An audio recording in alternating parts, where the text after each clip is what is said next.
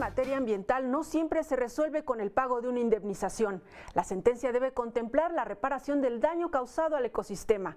¿Cómo resuelven estos asuntos los juzgados federales? ¿Qué capacitación reciben los jueces para garantizar una efectiva impartición de justicia? De eso hablaremos en el Consejo de la Judicatura hoy. Soy Verónica González, comenzamos. La teoría estaba, nada más hay que saber aplicarla. Hasta para ir a checar un expediente hay que saber. El ayudar a la gente, a los procesados, a los familiares y que lleguen y te digan gracias, esa es la mejor recompensa. Es un programa que consiste en la titulación de alumnos a través de trabajo profesional.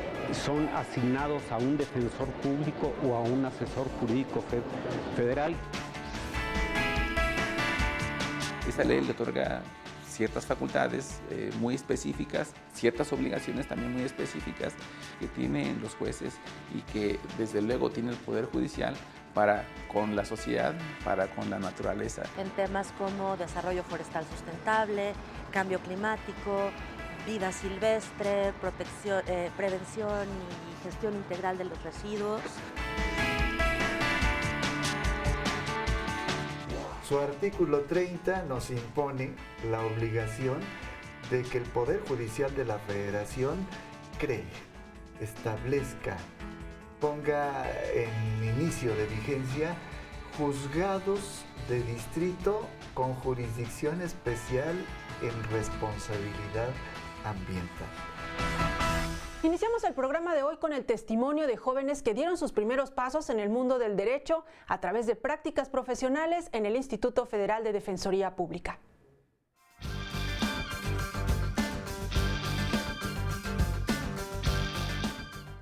Jóvenes universitarios, protestan solemnemente y bajo su palabra de honor que al ejercer la profesión de licenciado en Derecho tendrán como norma suprema de su conducta no solo la ley, sino también la moral y la justicia. Sí, profesor. El estudio y la dedicación dieron su primer fruto, un título como licenciados en Derecho. En el mundo hay muchas injusticias, pero muchas de ellas pueden corregirse gracias a la actuación profesional de un abogado. Son 21 estudiantes de la Facultad de Derecho de la UNAM. No hicieron tesis ni presentaron examen ante un jurado. Sin embargo, sus conocimientos quedaron probados. Es un programa que consiste en la titulación de alumnos a través de trabajo profesional. Los muchachos seleccionados previamente por la propia facultad de acuerdo con ciertos requisitos, son asignados a un defensor público o a un asesor jurídico federal y durante un año completo realizan trabajo jurídico, pero auténtico trabajo jurídico. Marco Antonio Murillo forma parte de la quinta generación de alumnos que se titula bajo esta modalidad. Realizó sus prácticas en el área de asesoría jurídica del Instituto Federal de Defensoría Pública. Dígame, licenciado. Pásale, licenciado, ¿cómo estás? Muy bien, gracias. Qué bueno. ¿Cómo vamos con la demanda? Muy bien. ¿Estás elaborando? Sí, muy bien. ¿Ya pusiste los antecedentes? Sí, ya está todo, nada más lista para armarla y presentarla. Esta modalidad de titulación no tiene nada que ver con el concepto de sacar copias o archivar expedientes. Se trata de un trabajo profesional auténtico. Lo que hacen los practicantes, los estudiantes, es precisamente prácticas jurídicas en el sentido de elaborar demandas, recursos o medios de defensa o diversos escritos en los cuales nosotros como asesores tenemos la representación jurídica de diversas personas. Al final, todos ganan. El instituto con el apoyo de jóvenes entusiastas, apasionados del derecho y a los practicantes con experiencia laboral. La teoría estaba, nada más hay que saber aplicarla, pero pues luego no es, hasta para ir a checar un expediente hay que saber, porque en ocasiones si no sabes, pues no vas a poder hacer como mucho dentro de los juzgados, tribunales. Karen Segovia estuvo bajo la tutela de un defensor público federal adscrito a un juzgado penal. Muchísimas gracias, hija, por haberme dado esta felicidad. El contacto con los imputados y sus familias es una de las experiencias que más valora tras realizar sus prácticas profesionales. Llegan que te dicen que por favor ayudes a sacar a la persona que está dentro, a su familiar. Las posibilidades económicas, bueno, que recordemos que el Instituto de la Defensoría Pública es totalmente gratuito. Entonces, el ayudar a la gente, a los procesados, a los familiares, y que lleguen y te digan gracias, esa es la mejor recompensa que uno como profesionista puede tener. Karen y Marco concluyeron sus prácticas de manera satisfactoria. En la ceremonia de titulación recibieron los últimos consejos de sus profesores, tutores y amigos. No olviden que al ejercer dicha profesión, las personas que ponen en sus manos la defensa de su patrimonio, su honor, su libertad y tal vez su vida, confían no solo en su saber, sino también, y acaso más, en su lealtad y honradez.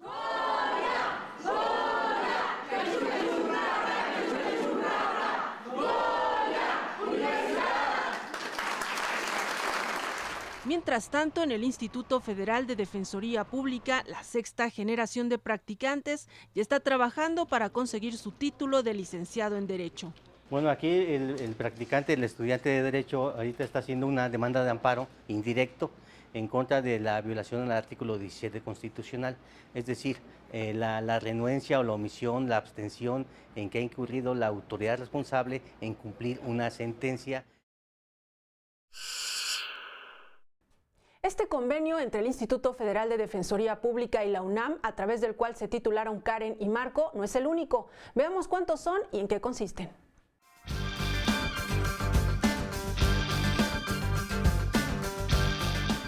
El Instituto Federal de Defensoría Pública ha suscrito más de 130 convenios con organismos, universidades e instituciones encargadas de la procuración de justicia. Tan solo en materia de servicio social y prácticas profesionales ha firmado convenios con 96 universidades. En materia de protección y defensa de los derechos humanos tiene 13 acuerdos con instituciones como el Instituto Nacional de las Mujeres, INMujeres, Instituto Nacional de Lenguas Indígenas, INALI, y la Comisión Nacional para el Desarrollo de los Pueblos Indígenas, CDI. En temas relacionados con peritajes, la Defensoría Pública Federal ha suscrito convenios con 5 Procuradurías de Justicia estatales y en asuntos vinculados a víctimas del delito de secuestro con 14 instituciones. Todos los convenios se realizan con instituciones afines al trabajo que realiza la Defensoría Pública Federal. Como le decía al inicio del programa, la Ley Federal de Responsabilidad Ambiental, que entró en vigor el 7 de julio de 2013, establece ciertas obligaciones para el Consejo de la Judicatura Federal. Para hablar precisamente sobre este tema, invitamos al magistrado José Guadalupe Tafoya Hernández, consejero de la Judicatura Federal. Muchas gracias por estar con nosotros. Pero con mucho gusto. Pues díganos, señor consejero, ¿en qué consisten estas obligaciones que establece la ley? Pero fundamentalmente la Ley General de Responsabilidad Ambiental crea un ordenamiento específico para reglamentar la responsabilidad de carácter ambiental que surge de un acto o de una omisión que pueda tener por efecto dañar el ambiente, dañar un sistema ecológico, todo lo que tenga que ver con el ambiente. Y para eso el legislador, al crear esta ley que viene a compilar muchas otras disposiciones que estaban dispersas, quiso que hubiera una jurisdicción especial para conocer de aquellos juicios en los que se reclame la responsabilidad de carácter ambiental. Y esa jurisdicción se la ha otorgado al Poder Judicial de la Federación. Su artículo 30 nos impone la obligación de que el Poder Judicial de la Federación cree, establezca, ponga en inicio de vigencia juzgados de distrito con jurisdicción especial en responsabilidad ambiental.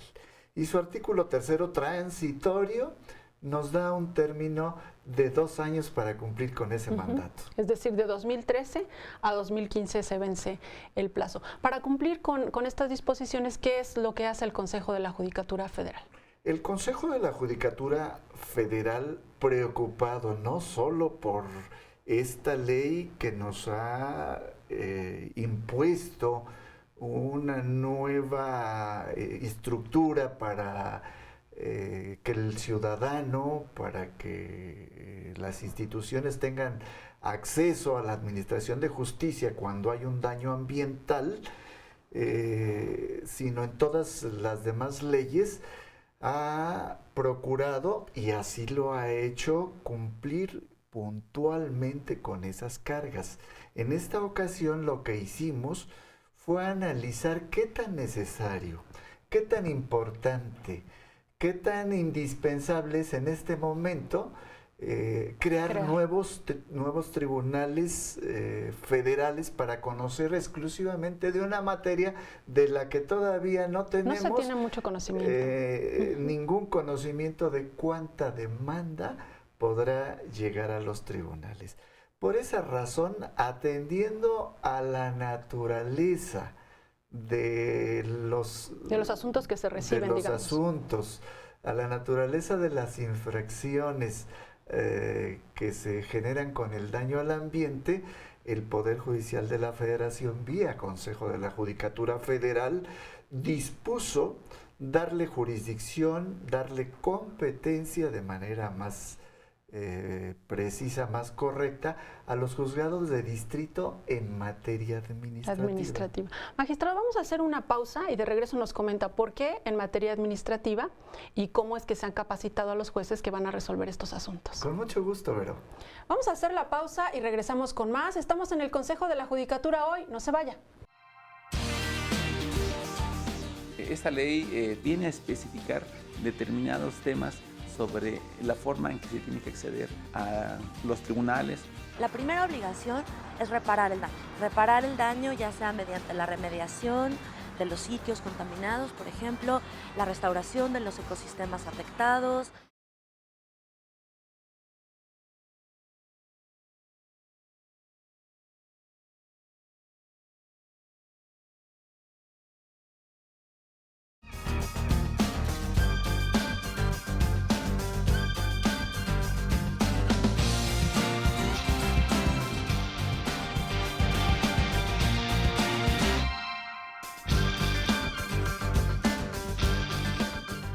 Seguimos conversando con el consejero José Guadalupe Tafolla Hernández sobre los delitos ambientales, estos juzgados especializados que se encargarán de resolver estos asuntos. Preparamos una pieza para tener un contexto más amplio sobre la Ley Federal de Responsabilidad Ambiental. Vamos a verla y regresamos con más comentarios sobre este tema. Vamos a verla.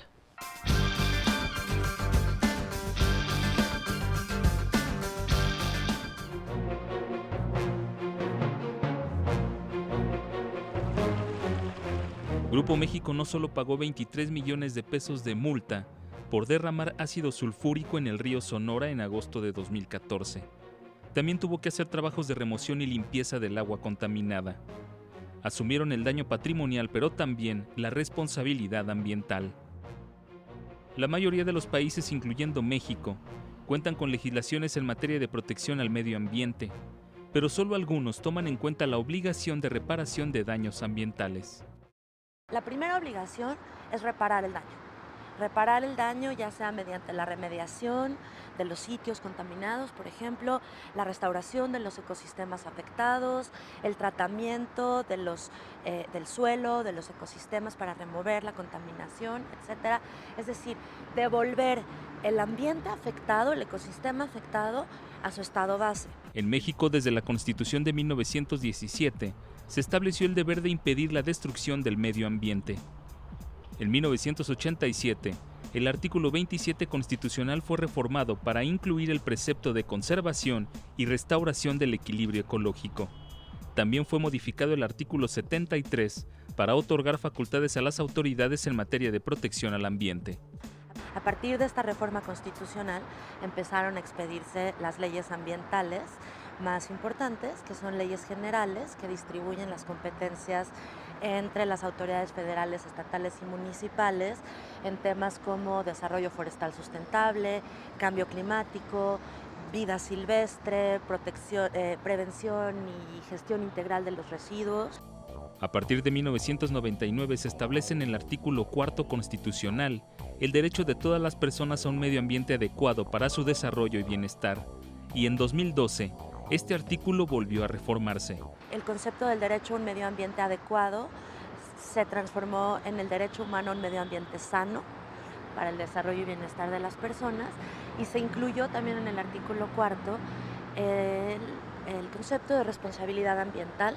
La Constitución establece que quien genere daño o deterioro ambiental tiene que asumir la responsabilidad.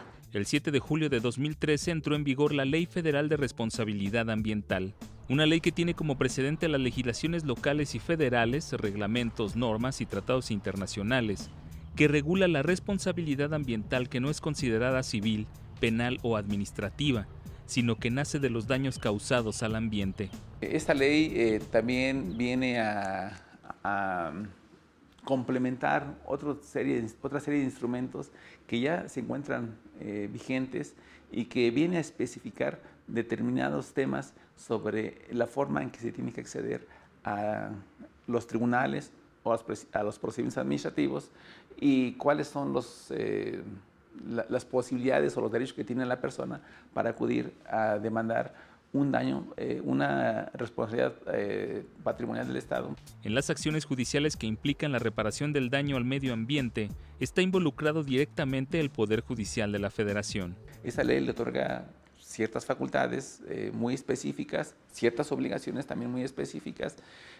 Básicamente los jueces ahora, a la luz de esta ley de responsabilidad ambiental, pues tienen que actuar muchas veces de oficio, deben de atender y recabar pruebas, deben suplir queja deficiente, en fin, es una serie de obligaciones que tienen los jueces y que desde luego tiene el Poder Judicial para con la sociedad, para con la naturaleza.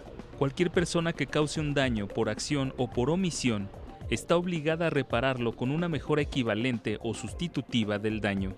Es bien importante tener en cuenta que la Ley Federal de Responsabilidad Ambiental establece el concepto de responsabilidad corporativa por daños al ambiente. No nada más las personas físicas, sino las personas morales son responsables y tendrán que responder por los actos o por las omisiones que causen un daño ambiental y causadas por representantes, los responsables operativos funcionales. El Consejo de la Judicatura Federal publicó recientemente un acuerdo para precisar la competencia de los juzgados de distrito que deberán atender los asuntos ambientales señalados en la Ley Federal de Responsabilidad Ambiental. Así que el acuerdo lo que viene a establecer es que los juzgados que tienen competencia en materia administrativa van a ser aquellos que conozcan de las acciones que se inicien en este tema de responsabilidad ambiental. Los casos más importantes que se han dado o los sucesos más importantes desde mi punto de vista que han pasado para fortalecer el sistema jurídico de protección ambiental y para la protección efectiva del patrimonio natural en los últimos años están pasando en el Poder Judicial. Bien, pues veíamos ahí en la nota, ya nos comentaba usted que van a ser estos juzgados en materia administrativa los que resuelvan sobre delitos ambientales. Para abundar un poco más, ¿por qué la materia administrativa? Pero muy importante la pregunta. Mira, el acto o omisión que pueda generar un daño al ambiente puede dar lugar a exigir diferentes tipos de responsabilidad administrativa, penal, incluso civil, y bueno, se ha creado de manera específica a través de esta Ley General de Responsabilidad Ambiental una responsabilidad específica que no entra exactamente en ninguna, pero que de alguna manera el proceso que permite, de acuerdo a las partes que lo van a integrar en el litigio, llevar a cabo el conflicto a sentencia es el juicio ordinario en materia administrativa. Los jueces de distrito en materia administrativa tienen esa competencia.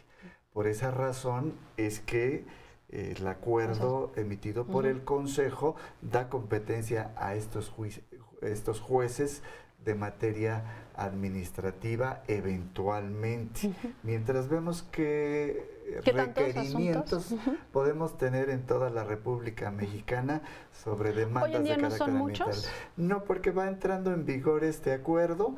Todavía no se sabe, la gente todavía no está muy informada. Sí, es necesario recordar que antes de esto conocía de estos actos las autoridades administrativas encargadas de la protección al ambiente, específicamente la Procuraduría de Protección al Ambiente, exactamente. Consejero, si bien esta ley no los obliga a establecer estos juzgados especializados, ¿no? Porque les deja esa decisión en cuanto a que vean cuántos asuntos se reciben, lo que sí dice la ley es que los que resuelvan, los jueces tienen que estar capacitados, especializados en la materia. ¿Esta capacitación ya se dio o cómo se está dando? Y se está dando, Vero, ya hemos concluido por lo menos 2 diplomados en materia de derecho ambiental. Hemos estado juntando a los que tendrán que ver en el conocimiento de esta responsabilidad ambiental en conferencias y en otro tipo de cursos, pero esto apenas comienza. La capacitación será permanente por mucho tiempo, el que sea necesario para hacer que nuestros jueces de distrito sean verdaderos conocedores de los procedimientos en materia de responsabilidad ambiental. Y es que como veíamos en la pieza, enfrentan grandes retos, porque ahora se tiene que determinar, por ejemplo, la reparación del daño, no solamente patrimonial, digamos, en una indemnización, sino además cómo se va a reparar al medio ambiente, ¿no? El daño que se está diciendo, y también veíamos esto de seguir de oficio ciertos asuntos. ¿Qué retos van a enfrentar los jueces? Es muy interesante cómo esta ley señala con claridad cuál va a ser la manera de cumplir o de fincar una responsabilidad de carácter ambiental. En primer término, la obligada, casi como un principio general de derecho, pues es el que contamina, paga. Es decir, el que provoca con sus actos una contaminación, un daño ecológico, será el responsable de hacer que vuelva en lo posible el ecosistema a su estado natural. Cuando eso, por razones fáciles de entender, no sea posible, habrá casos en que sea imposible reparar el daño, la tala de los árboles, ¿cómo la reparas?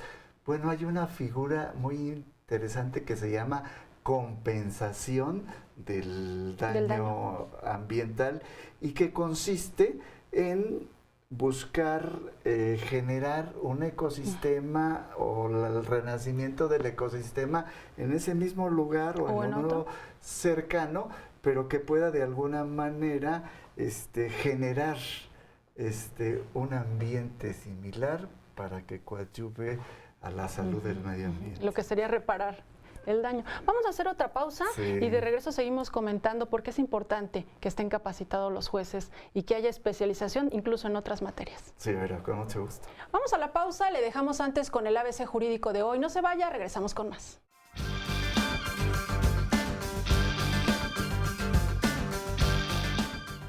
A través de la Secretaría Ejecutiva de Carrera Judicial, Adscripción y Creación de Nuevos Órganos, el Consejo de la Judicatura Federal determina el número y los límites territoriales de los circuitos judiciales. En todo el país existen 32 circuitos y en ellos se distribuyen más de 700 juzgados y tribunales federales. Esta secretaría también decide cuál es la especialización por materia de los tribunales colegiados y unitarios de circuito y de los juzgados de distrito. Regula la carrera judicial para acceder a las diversas categorías que la conforman, desde actuarios y secretarios de juzgado hasta jueces y magistrados. Además, coordina junto con el Instituto de la Judicatura Federal los concursos de oposición libre e internos para la selección de jueces y magistrados.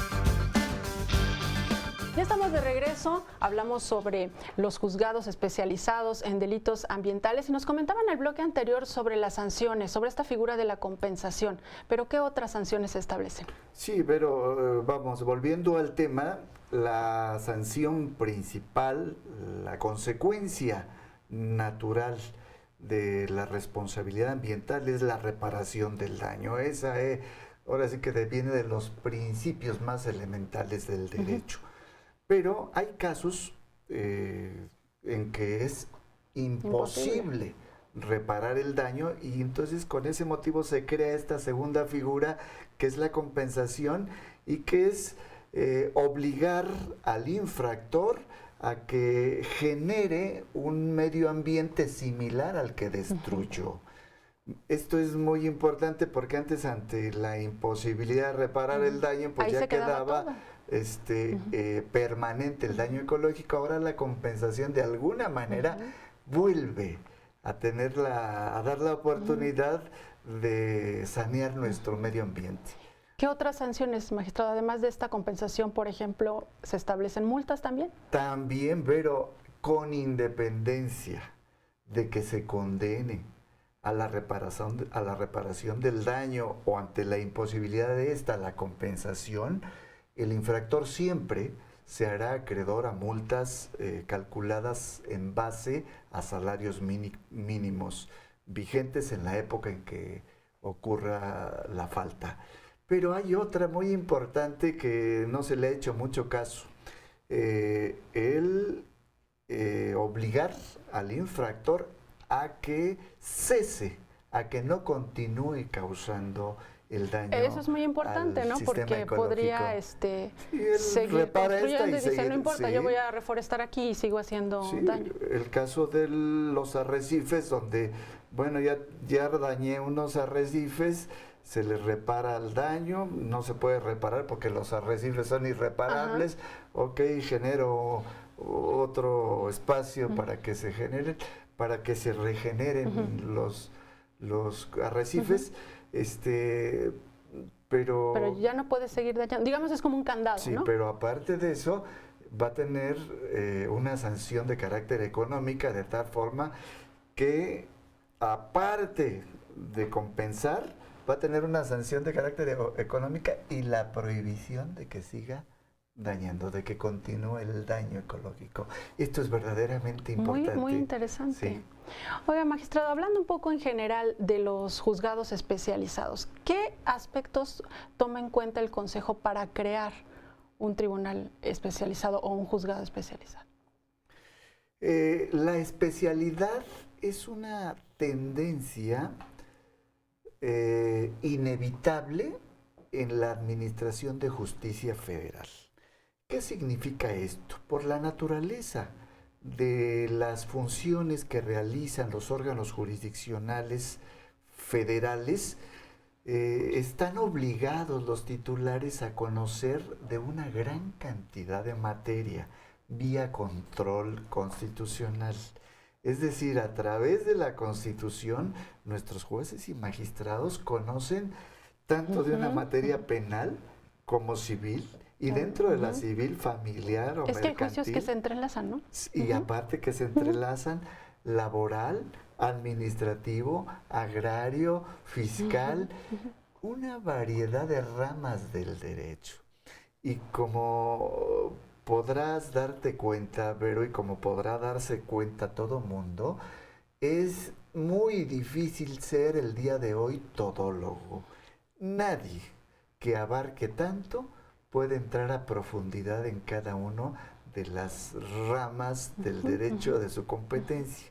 Esto lo ha entendido muy bien el Consejo de la Judicatura Federal, y para favorecer la justicia administrada a los justiciables, al gobernado, a la sociedad, ha hecho especializaciones, de tal forma que los jueces se dediquen exclusivamente a una materia, a materia administrativa, por ejemplo, y las ramas que incluye la administrativa, a materia penal exclusivamente, a materia laboral y a materia civil. ¿Esto qué permite? Que profundices en los conocimientos. La especialidad permite perfeccionar tus conocimientos y tu manera de administrar justicia. Mejores sentencias, ¿no? Y como estamos ahorita en este tema en particular del medio ambiente, podemos estar seguros de que los jueces tienen esta especialización. Consejero, tenemos en el programa una sección en la que salimos a la calle y preguntamos a la gente qué opina sobre ciertos temas que estamos platicando. En este caso, les preguntamos si conocen de los delitos ambientales. Vamos a ver la sección y regresamos y comentamos más sobre este tema. Con mucho gusto.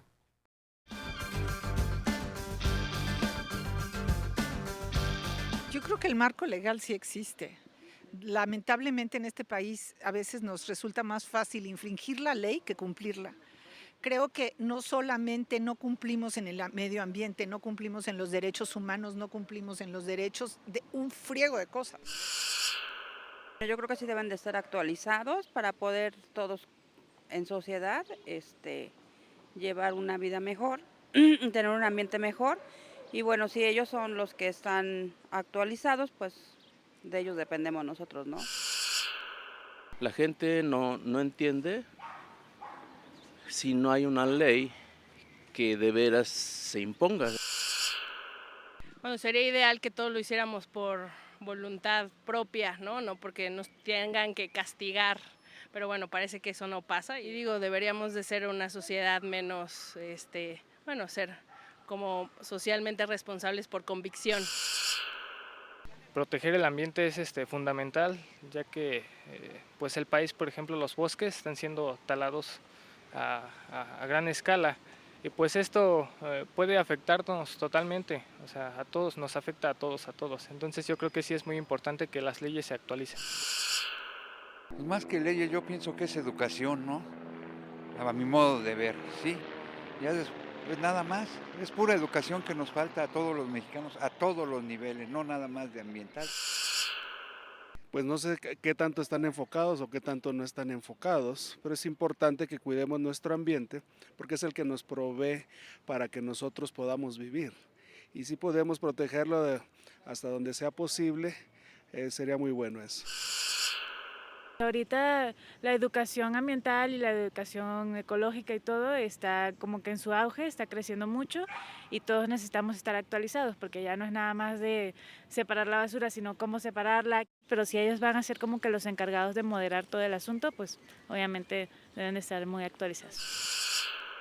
Deben de crear conciencia tremenda porque se enfocan muchas veces en otros aspectos, sí son básicos, pero lo que es la naturaleza es primordial. Entonces tienen que tomar decisiones a la medida de la gran ciudad que estamos creciendo, teniendo. Sí necesitamos jueces, leyes que nos puedan proteger el medio ambiente. Hay mucha gente que no tiene conciencia de que tira la basura donde se le antoja y pues sí, no tienen conciencia. Hay mucha gente que no respeta.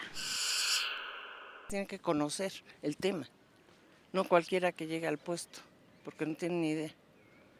Y gente que le importe su país, ¿no? También. Y a lo mejor el ambiente y todo sí es importante, pero empezar por otras cosas. Bien, pues ahí está la opinión ciudadana. Coinciden algunas de estas opiniones en que es importante que quienes van a resolver estos asuntos pues conozcan a fondo de la materia, ¿no? Evidentemente, Vero, la ciudadanía puede estar segura de que los jueces de distrito ya están capacitados para recibir las primeras demandas sobre responsabilidad ambiental. Pero esta capacitación no va a terminar aquí, va a ser permanente y a medida que se vayan abriendo o destapando, descubriendo los conflictos, las dificultades, la capacitación irá tomando ese rumbo para ir aclarando toda dificultad de interpretación. Es muy importante señalar que al marco legal de protección al medio ambiente está sumándose como una herramienta más, pero de una importancia verdaderamente significativa, esta ley de responsabilidad ambiental, porque a través de ella se va a lograr ahora sí que se repare el daño. Y repito, lo ideal es que se repare el daño, pero si no se repara, se va a hacer el equivalente a reconstruir un medio ambiente con cargo precisamente a quien haya dañado. Dañó.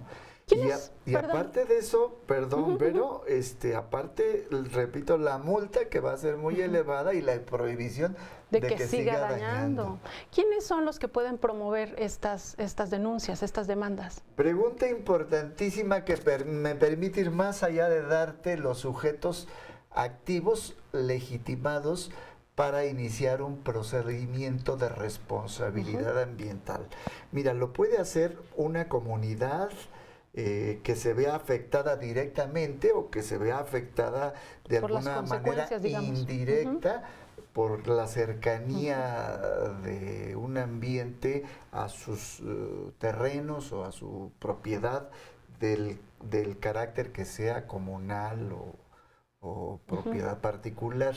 Lo puede hacer cada uno de sus habitantes, lo puede hacer la Procuraduría Federal de Protección al Ambiente, lo pueden hacer las Procuradurías de Protección al Ambiente de las entidades federativas y cualquier otra institución que tenga que ver con la protección al ambiente, incluso las asociaciones civiles sin fines de lucro, con un requisito de que estén constituidas previamente. Esto va a ser muy importantísimo porque depende de ellos. Ellos tienen la llave de acceso a la administración de justicia. Espera la sociedad, espera el legislador al crear esta ley una respuesta muy importante de la sociedad mexicana, ya sea en lo individual o en lo colectivo, mediante una figura novedosa que se incluye en esta ley, la del interés legítimo. No necesitas que te dañen tu propiedad, no necesitas tú resentir un daño directo. Con que exista un daño indirecto, un daño vecino, tú tienes legitimación para demandar la responsabilidad ambiental. Consejero, en resumen, el Consejo decide que estos asuntos los resuelvan juzgados en materia administrativa, los jueces están capacitados y ahora le toca al ciudadano enterarse más de esta ley para poder llevar estos asuntos ante los jueces. Sí, y es importantísimo con programas como este que le demos la información a la ciudadanía, a todos los mexicanos, de que tienen esa herramienta a la mano, porque percibimos en estas entrevistas la molestia del ciudadano de que se siga dañando nuestro planeta, específicamente nuestro territorio nacional. Entonces no tengo la menor duda de que con ese sentimiento de inconformidad e incomodidad por los daños enormes que ha resentido nuestro territorio nacional en bosques, en ríos, en caza de animales en peligro de extinción, no tengo la menor duda de que van a levantar la mano directamente o a través de las instituciones que van a estar prestas. Y ahí va a estar el Poder Judicial para resolver. Y ahí va a estar el Poder Judicial para abrir los procedimientos, encontrar la verdad y dictar la sentencia que corresponda. Consejero José Guadalupe Tafoya Hernández, muchísimas gracias por haber participado en el programa de hoy. Vero, muchas gracias a ti, muchas gracias a tu equipo por darme esta oportunidad que considero y valoro muy importante. Muchas gracias. Gracias. Nosotros hacemos una pausa y regresamos con más. No se vaya.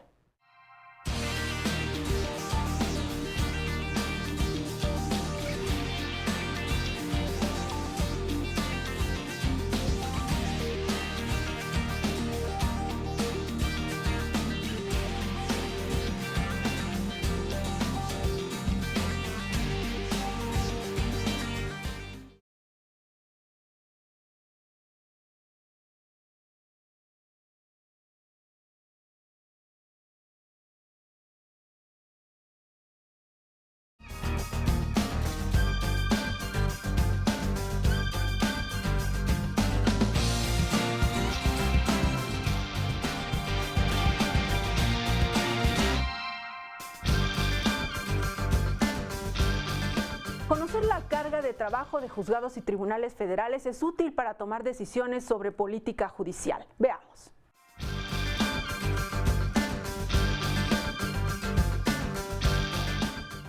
Entre noviembre de 2014 y marzo de 2015, los tribunales de circuito en materia administrativa reportaron una existencia de 36.681 expedientes.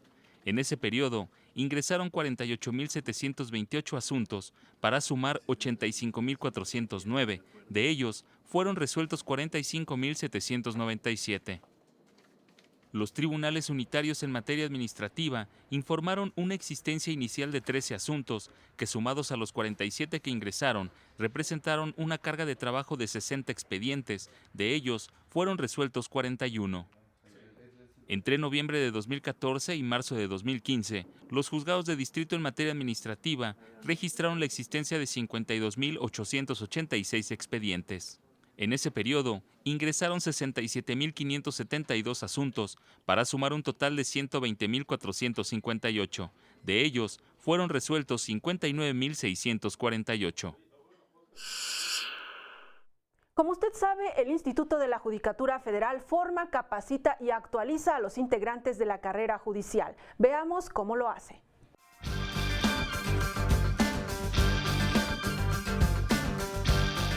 Muy buenas tardes. Continuemos con el análisis. Así inicia una de las clases del curso en medios alternativos de solución de controversias en materia penal, impartido en la Escuela Judicial. Jueces, magistrados, secretarios, actuarios y abogados externos reciben capacitación sobre la reforma penal de 2008 y sus instrumentos legales. Analizan la función de los mecanismos que buscan resolver conflictos aún antes de llegar a juicio, como lo establece el Código Nacional de Procedimientos Penales, vigente desde marzo de 2014. Uno de los requisitos para que procedan estos mecanismos lo expuso el doctor en Derecho Elías Polanco. Que la pena del delito determinado en el auto de vinculación no exceda del término medio aritmético de 5 años. En sesiones de trabajo de 2 horas, los alumnos adquieren las habilidades necesarias para aplicar esta nueva forma de impartir justicia, entre otras las del diálogo, mediación y argumentación oral. La ley establece como formas de solución alterna el acuerdo reparatorio, la suspensión condicional del proceso y el procedimiento abreviado.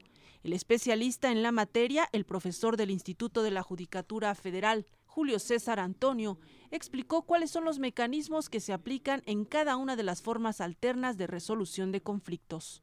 Si ustedes leen la Ley Nacional de Mecanismos Alternativos de Solución de Controversias en Materia Penal, van a poder identificar que hay 3 mecanismos alternos: mediación, conciliación y junta restaurativa. En total serán 40 horas de análisis, exposición de conocimientos y talleres en los que los participantes desarrollarán competencias que les permitan un mejor desempeño. Ya nos vamos, pero antes vea usted esta información.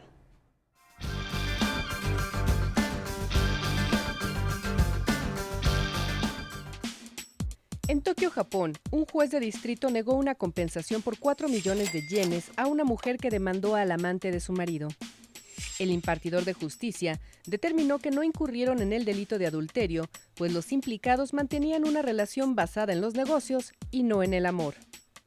La amante era recepcionista de un club nocturno al que acudía el esposo de la agraviada, quien preside una compañía. La relación se prolongó por espacio de 7 años, pero el juez estimó que su cercanía tenía motivos comerciales y no podía compararla con una prostituta, pues el pago no era directo, sino con visitas a su lugar de trabajo. Con estos argumentos, el juez consideró que la relación marital no resultaba afectada, y aunque la esposa engañada no impugnó la decisión, este caso sentó precedente en Japón, pues anteriormente ya habían sido compensadas mujeres víctimas de adulterio. Especialistas de ese país consideran que el fallo justifica las relaciones extramaritales. Es todo por el momento, gracias por su atención, lo esperamos la próxima semana con más información, sentencias y actividades de la Judicatura Federal. Soy Verónica González, hasta la próxima.